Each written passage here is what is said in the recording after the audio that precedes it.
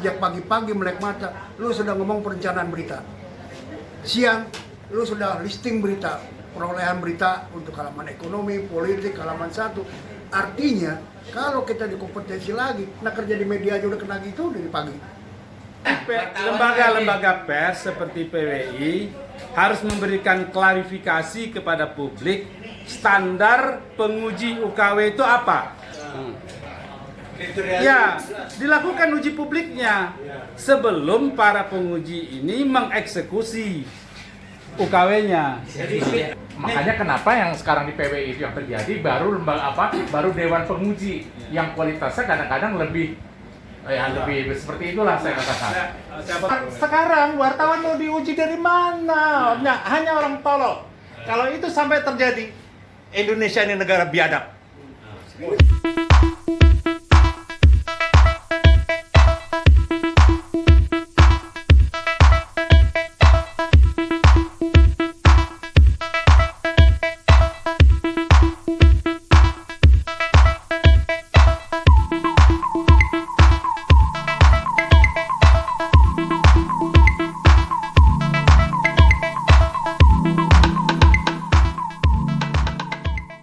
Jadi intinya itu menurut gua adalah standar penguji UKW.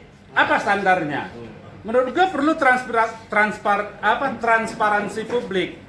Jadi kalau orang yang layak UKW apa sih? apa ya? Uji kompetensi wartawan katanya. Kalau wanita gua ikut. Jadi Wartawan lagi zaman sekarang ngomong wartawan.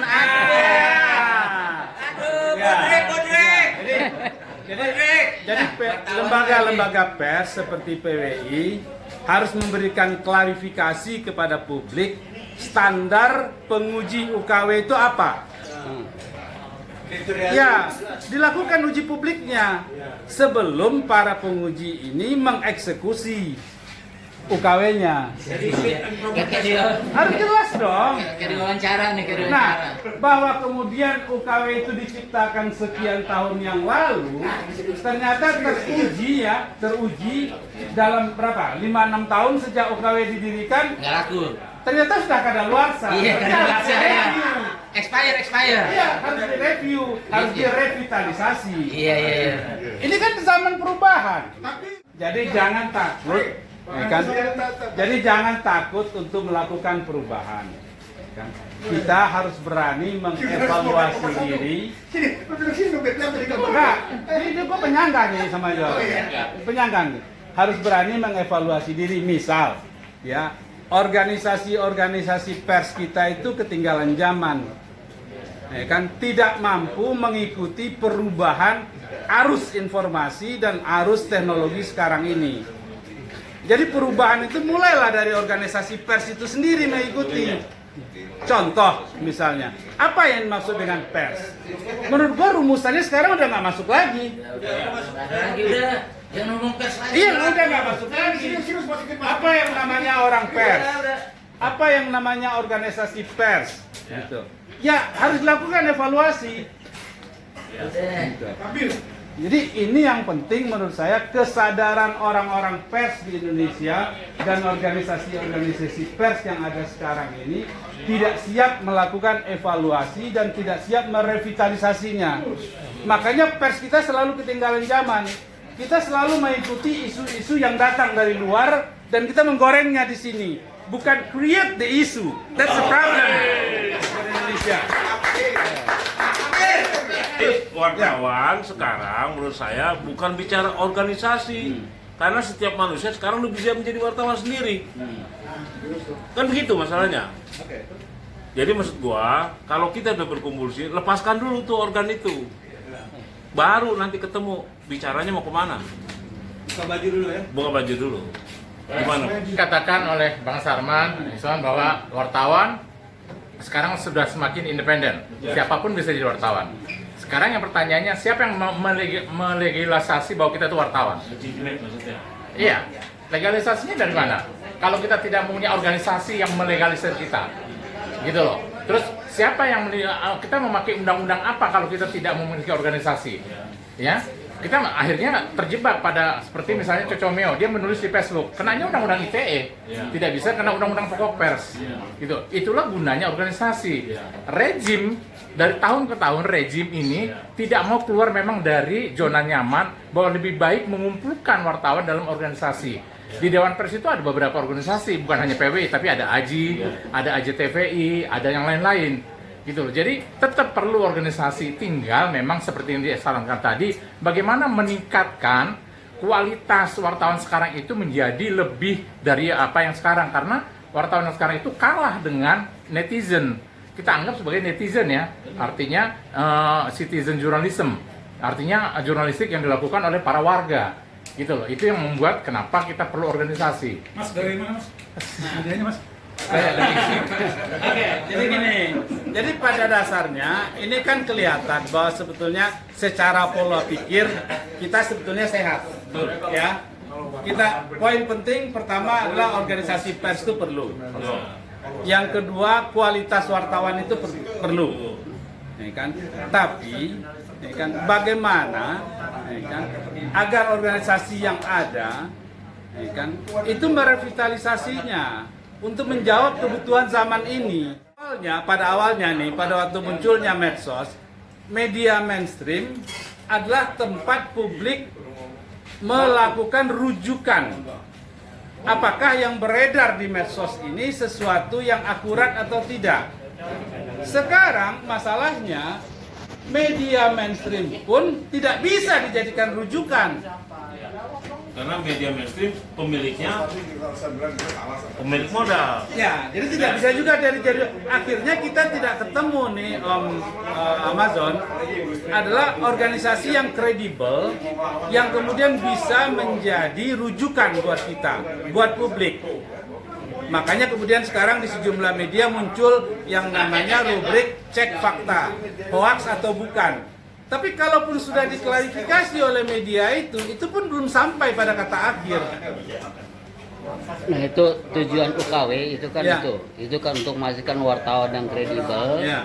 yang berkualitas, yang Ya. memang memahami kode etik jurnalistik dan hal-hal lain yang dibutuhkan seorang wartawan. Ya, betul. Tapi dari bisa dipercaya. Iya. Nah, dari percakapan di media sosial juga percakapan di berbagai forum ini yang dipertanyakan itu adalah kredibilitas penguji UKW. Dari yang saya tangkap ya. Ya. Menurut saya sejauh ini belum ada klarifikasi dan penjelasan apa kriteria para penguji UKW ini. Apa kriterianya? Organisasinya ya. Nah, coba. Apa coba? Oke. Amazon, tolong menjelaskan. Oke. Nah, ini ada wartawan Ya. Oke. Wartawan UKW, ya. Pendek pengetahuan saya, bukan sepanjang ya. Pendek pengetahuan saya. salah itu pendek itu. Jadi bahwa penguji UKW memang belum sepenuhnya, saya katakan belum semuanya memiliki sertifikasi sebagai penguji. Itu kenapa PWI bekerja sama dengan lembaga-lembaga pendidikan seperti IISIP, Mustopo, dan juga beberapa lembaga di luar Jakarta. Tapi mereka-mereka yang memiliki fakultas ilmu komunikasi, batasannya seperti di situ. Nah, kalau untuk yang di pusat sendiri memang kita patut mempertanyakan, karena itu tadi kenapa tiba-tiba ada keterlibatan BNSP kan, Badan Nasional Sertifikasi Profesi, yang sebetulnya juga kita masih mempertanyakan. Memang harus ada itu tadi revitalisasi, perombakan total, bahwa siapa yang memiliki. Biasanya kan kalau kita memiliki masuk sebuah organisasi itu ada yang namanya lembaga asesmen. Nah, lembaga asesmen itu yang belum dibentuk. Makanya kenapa yang sekarang di PWI itu yang terjadi baru lembaga baru dewan penguji yang kualitasnya kadang-kadang lebih seperti itulah saya katakan. Media besar itu ada in-house training yang mengajarkan bagaimana juga sebenarnya materi-materi seperti yang diajarkan di UKW. Setahu saya gitu loh. Bahwa sebenarnya media juga dulu itu punya tanggung jawab moral juga untuk menjadikan wartawannya memahami profesi itu dengan baik. Dengan kondisi kayak sekarang lalu kemudian misalnya orang hanya berburu sertifikat tapi tidak ada dampak benefit atau dampak karirnya, untuk apa? Ini kan dipertanyakan orang. Gitu. Jangan sampai, maksud saya, UKW dilaksanakan, sertifikat diberikan, lalu kemudian hanya menjadi bahan olok-olok di publik, itu akan membuat profesi jurnalis ini dilecehkan oleh publik.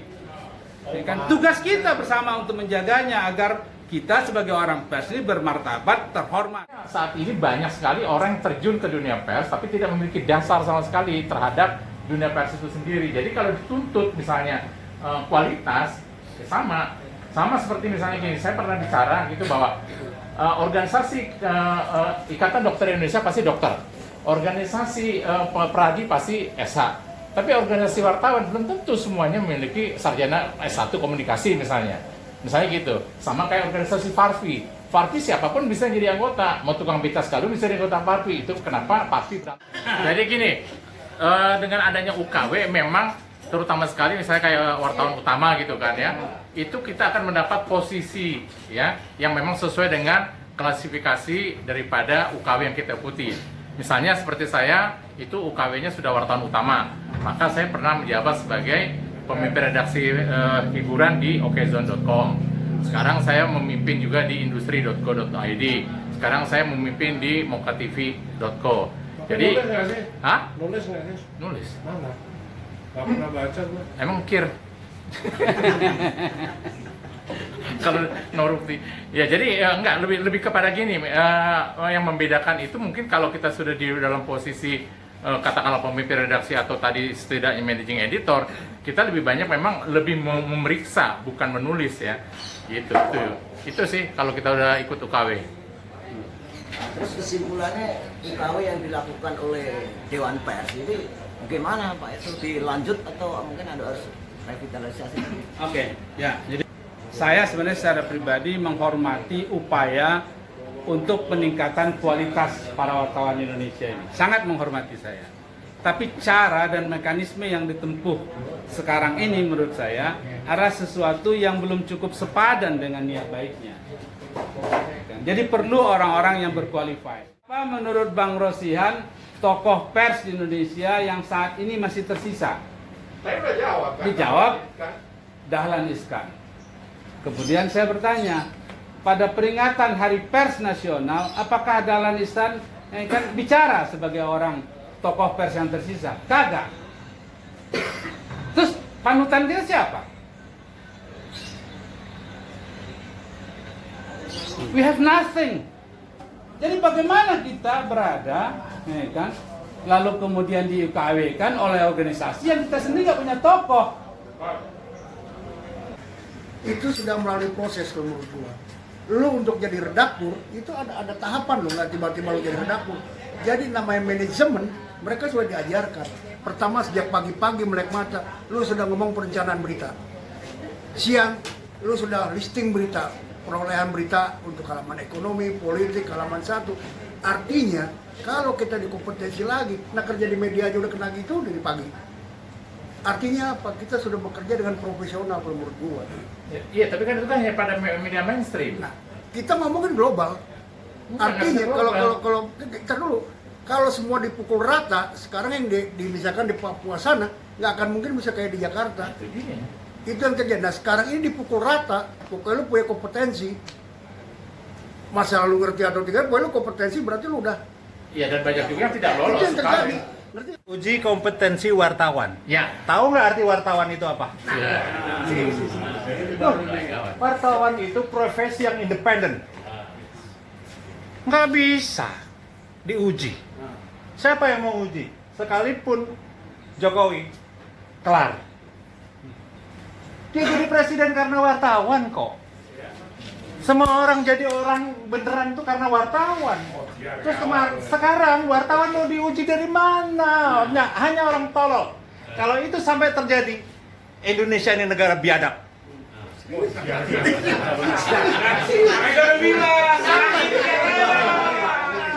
negara biadab ini kalau wartawan harus ada uji kompetensi.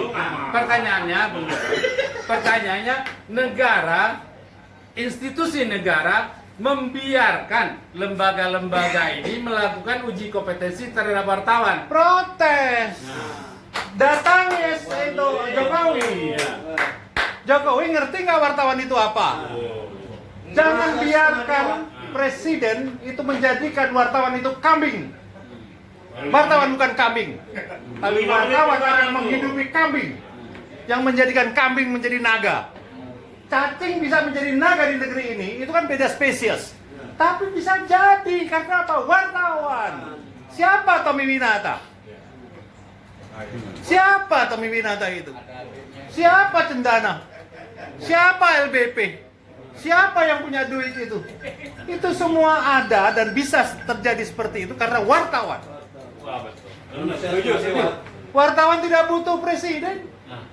Wartawan tidak mau menjadikan dirinya sebagai presiden. Tidak menjadikan dirinya orang kaya.